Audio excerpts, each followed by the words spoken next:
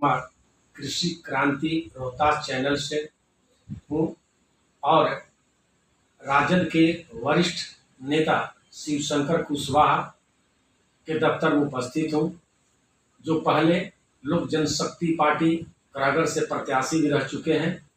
इनकी जनता के बीच अच्छी खासी पहचान मानी जाती है। ये धरातल की राजनीति भी करते हैं। बाजारों में ऐसी चर्चा है कि शंकर कुशवाहा किसानों के बड़ी हमदर्द हैं और इनकी भाषा मैंने सुना है, जय जवान जय किसान। तो आज मैं शंकर कुशवाहा से किसानों की माली हालत और खेती की स्थिति पर कुछ जानकारी लेना चाहूँगा।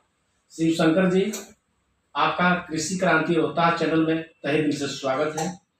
जैसा कि हम सुनते हैं कि आप किसानों के प्रति बड़ी तत्पर रहते हैं और किसानों की समस्या को समय समय पर जनता के बीच उठाते भी हैं, तो वर्तमान में जो किसानों की समस्या है, खाद की कालाबाजारी, नहर की समस्या, नहरों में समुचित पानी नहीं मिल रहा है, इस पर आप क्या कहना चाहेंगे सरकार से और किसानों से?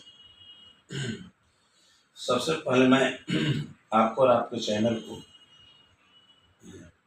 इस बात के लिए कि आप किसानों की समस्या को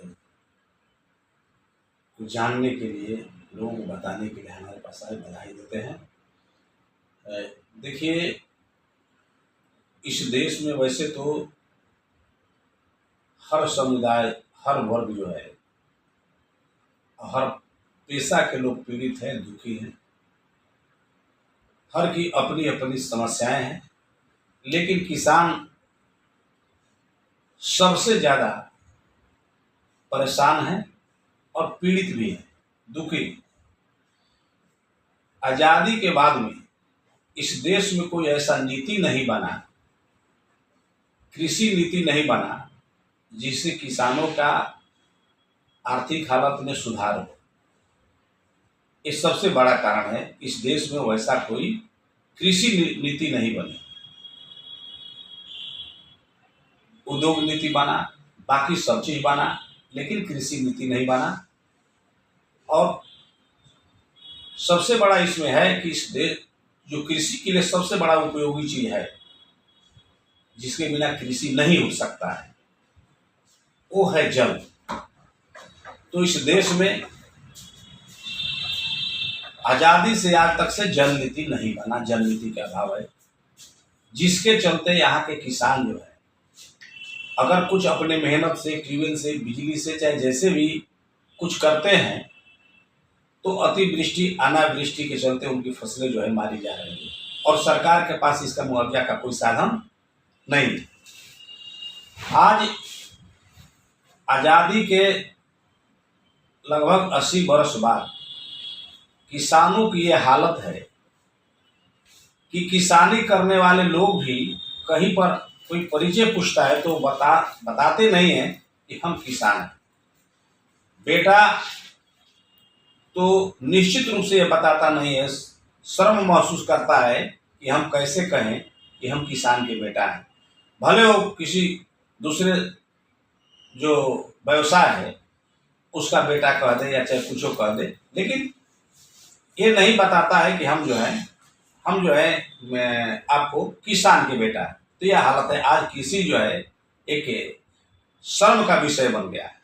अच्छा शंकर जी, ये जानना चाहूँगा कि किसान खेती से दूर क्यों भाग रहे हैं? क्या है नजरिया इसका, इसको देखने का? देखिए, सबसे बड़ा कारण ये है कि जैसे भी हो मेहनत मजदूरी करके किसान अगर अनाज पैदा करता है तो उसके लिए मंडी नहीं है। बिहार वैसे देश का इस किसानों की हालत खराब है, बिहार उसमें खराबी में अव्वल नंबर पर है।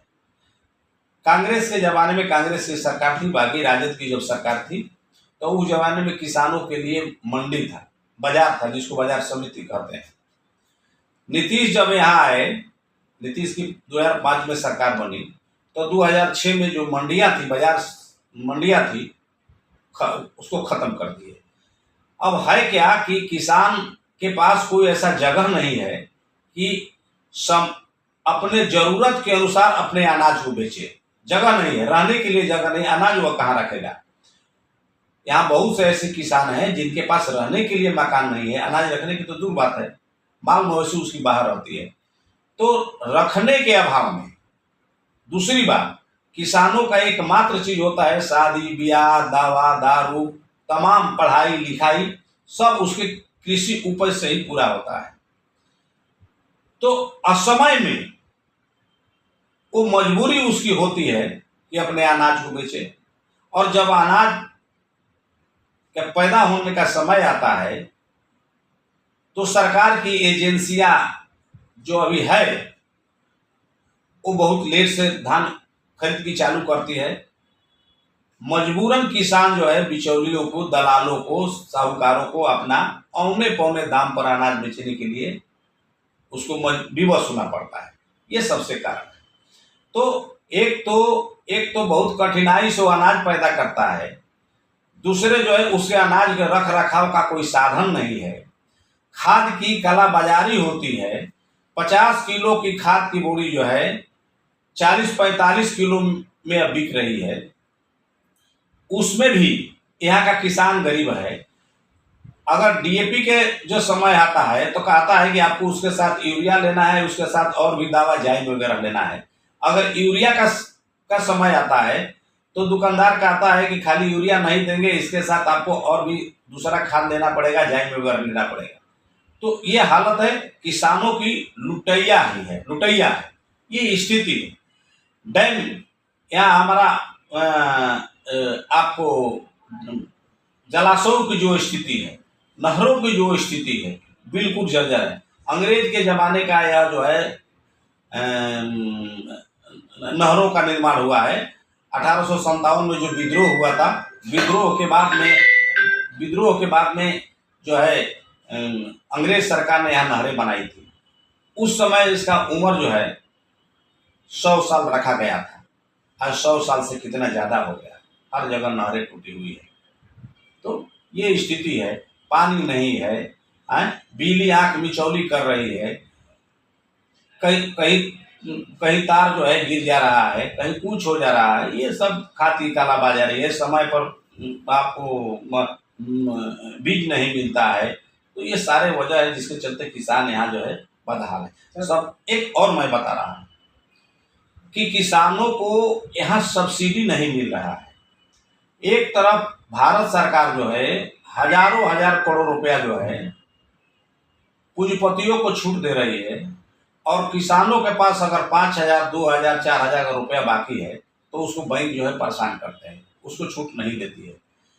नतीजा होता है कि किसानों, इसके भय से किसान जो है साहूकारों से गांव में पैसा लेते हैं काफ़ी इंटरेस्ट पर, और सूदखोर जो है उसको परेशान करता है। किसान आत्महत्या करने के लिए भी विवश हो जाते हैं। ये स्थिति है। अच्छा शिव शंकर जी, आप तो राजद के वरिष्ठ नेता हैं और आप चर्चित व्यक्ति हैं, और सुनने में आता है सूत्रों के अनुसार कि आप यहाँ से कहीं ना कहीं से शाहाबाद में आप विधायक पद के यानी टिकट के लिए दावेदार भी हैं, और आप चुनाव लड़ने भी जा रहे हैं, संभवतः सुनने में आ रहा है। तो आप विधायक बनते हैं तो किसानों की समस्या को उठाएंगे आप? निश्चित उठाएंगे। देखिए, सबसे पहले हम किसान हैं। अगर हम इस लायक बने हैं तो कृषि के बदौलत बने हैं। हम विशुद्ध रूप से किसान के बेटा हैं, और हमारा गांव जो है कहा जाए तो अति पिछड़े इलाका से हम आते हैं। तो किसानों के हालत को हम नज़दीक से देखे ही नहीं हैं, हम भोगे भी हैं न कि कितना किसान यहाँ कष्ट में रहता है। चाहे बारिश हो, चाहे घाम हो ना, अपना खून पसीना बाहर करके किस तरह से जो है वो अनाज का पैदा करता है, और उसके अनाज जो है औने पौने दाम पर बिक जाता है। और कभी कभी अतिवृष्टि और अनावृष्टि का वह जो है किसान शिकार होता है। और बिहार में हमारे यहाँ सबसे बड़ा एक दिक्कत है, यहाँ जो बड़े किसान हैं वो खेती नहीं करते हैं। जो छोटे या तो किसान हैं या कृषक मजदूर हैं वो पट्टा पर खेत लेकर के खेती करते हैं। मुआवजा की जब बात आती है तो सरकार कहती है कि हमको रसीद चाहिए, रसीद उनके पास नहीं होता है। सब्सिडी की बात आती है तो सरकार कहता है कि हमको रसीद चाहिए। जो खेती करते हैं उसके पास कोई सब्सिडी पाने के लिए दस्तावेज। मुआवजा के लिए उसके पास कोई कागज नहीं है, कोई दस्तावेज नहीं है, रसीद नहीं है, तो इसका लाभ भी यहाँ के बड़े किसानों को ही मिलता है। इसलिए इस निश्चित रूप से सरकार को सर्वे करा करके जो वास्तव में जो खेती करते हैं, अतिवृष्टि अनावृष्टि का मुआवजा जो है उसको ही मिलना चाहिए, सब्सिडी जो है उसको मिलना चाहिए, किसानों का जो लाभ जो है उसी को मिलना चाहिए। ये ऐसी व्यवस्था बहुत जरूरी है यहाँ पर। अच्छा, एक और सवाल आपसे जानना चाहूँगा कि ये तेजस्वी यादव जो आज राजद के सुप्रीमो माने जा रहे हैं, उनके पिताजी हैं लालू, लेकिन फिर भी आज के परिवेश में वही सुप्रीमो माने जा रहे हैं, तो क्या आपको लगता है कि तेजस्वी यादव अगर मुख्यमंत्री बनते हैं तो किसानों के हित में कार्य करेंगे बढ़ चढ़ के? देखिए, निश्चित करेंगे, चूंकि जिस बैकग्राउंड से हम लोग आए हैं, लालू जी भी उसी बैकग्राउंड से आए हैं, और हमेशा जो है तेजस्वी यादव किसानों की बात करते हैं, उपेक्षा की बात करते हैं।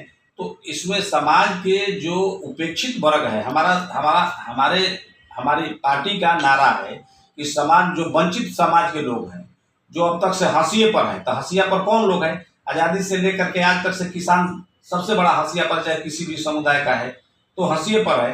तो ये तो नारा है कि जो अब तक से जिनको सरकारी सहायता नहीं मिल रहा है, सरकार का संरक्षण नहीं मिलता है, तो उसको सरकार में आने के बाद में ये सरकार जो है प्राथमिकता के तौर पर इसको देखेगी, उसका मदद करेगी, निश्चित रूप से होगा। बहुत बहुत धन्यवाद शंकर जी, कृषि चैनल में आपका स्वागत है, फिर आपसे मिलूंगा।